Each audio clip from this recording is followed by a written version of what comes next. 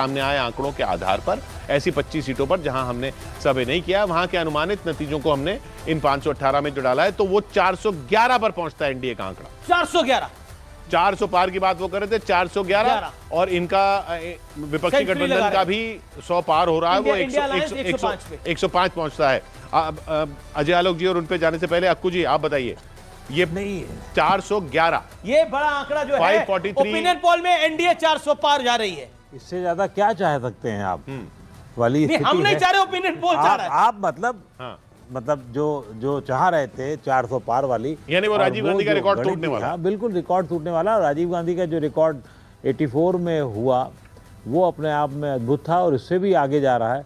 तो इसके पीछे एक कारण है, जब एक जीत की हवा बहती है तो फिर वो उसी में जो छोटे मोटे अंतर वाले सीट्स होती हैं वो ऑटोमेटिकली आगे चली जाती। मुझे लगता है वो 300-350 के अभी जो आज की तारीख में है, उससे जो माहौल बन रहा है, उससे जो छोटे अंतर की जो सीटें थी वो अगर आप 50,000 तक की मान लें और 50 से ज़्यादा थी वो, तो वो पूरी ट्रांसफर उधर हो जा रही है। यही एक वजह मुझे ज्यादा नजर आ रही है। उधर एक खबर आई है, पेट्रोल डीजल की कीमतों पर कीमतें कम कर दी गई हैं। पेट्रोल डीजल की कीमतें भी कम कर दी। जी शांतनु जी, सब हो रहा है। देखिए, दो बातें कहूंगा। एक तो 10 सेकंड विवेक भाई, मैं डॉक्टर अजय आपके पास आ रहा हूँ। शांतनु गुप्ता यहाँ बोल रहे हैं।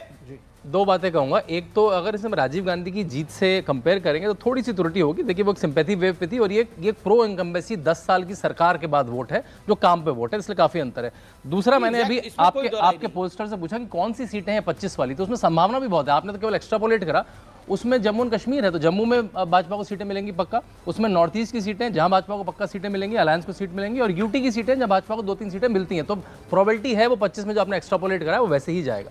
जी, लेकिन इंटरेस्टिंग है। मैं उमेश जी आपसे पूछ रहा हूं कि नेशन वाइड वोट शेयर अगर हम ओपिनियन पोल के लिहाज से देखें तो बीजेपी का कितना होगा, एनडीए का या फिर बीजेपी का वोट शेयर? एनडीए का लगभग 49% आता है। 49%। तो ये जो 1984 में कांग्रेस का 48% था, उसको क्रॉस करता हुआ इस ओपिनियन पोल के मुताबिक दिख रहा है। क्योंकि कांग्रेस का हमने देखा कि फिर 1991 में वोट शेयर 35% हुआ, 1998 में 26% हुआ, 2004 में कांग्रेस की सरकार आई वापस, 26% ही था वोट शेयर। बीजेपी का 22% हो गया, 25% से कम होकर। 2014 में बीजेपी का वोट शेयर 31% था। फिर 2019 में बीजेपी का वोट परसेंट 37% रहा, कांग्रेस का 19% हो गया। यानी बीजेपी अपना वोट शेयर बढ़ा रही है लगातार 2014 के बाद। और अगर 49% पहुंचता, मतलब लगभग आधा पहुंच जाता है, तो ये अपने आप में मल्टी पार्टी डेमोक्रेसी में first past the poll system में 50% के आसपास कुछ भी स्लेइंग होता है। बिल्कुल। हाँ, आप उसमें जो इसलिए ये 411। विवेक जी के अगर ये वोट शेयर ओपिनियन पोल का तब्दील होता है तो आपके हाथ से एक मुद्दा चला गया, बीजेपी